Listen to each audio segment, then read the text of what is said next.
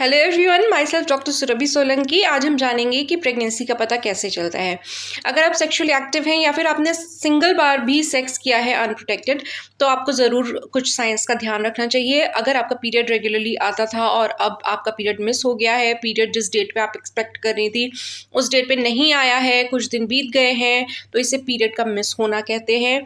ये एक strong indicator होता है प्रेगनेंसी का, लेकिन साथ में और कुछ सिम्टम्स हो भी सकते हैं और नहीं भी हो सकते हैं, जैसे कि नौजिया होना, जी मिचलाना, उल्टी आने का मन करना, ब्रेस्ट में फुलनेस, भारीपन महसूस होना, बार बार यूरिन आने की टेंडेंसी हो जाना।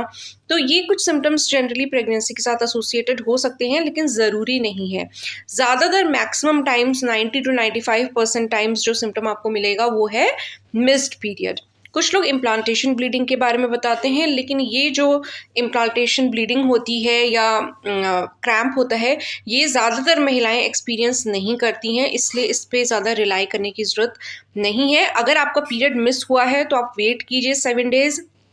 7 डेज़ के बाद आप एक यूरिन प्रेगनेंसी टेस्ट किट, जैसे कि कई अच्छे ब्रांड्स आते हैं मार्केट में, तो आप उसमें से कोई भी मेडिकल स्टोर पे आपको मिल जाएगा। हार्डली 50 रुपीज़ तक की एक किट आ जाती है, तो उसको लाना है, उसमें अपने यूरिन का सैंपल डालना है, और अगर 2 लाइन्स आती हैं जनरली तो पॉजिटिव माना जाता है, और अगर 1 लाइन आती है तो जनरली नेगेटिव वो टेस्ट होता है।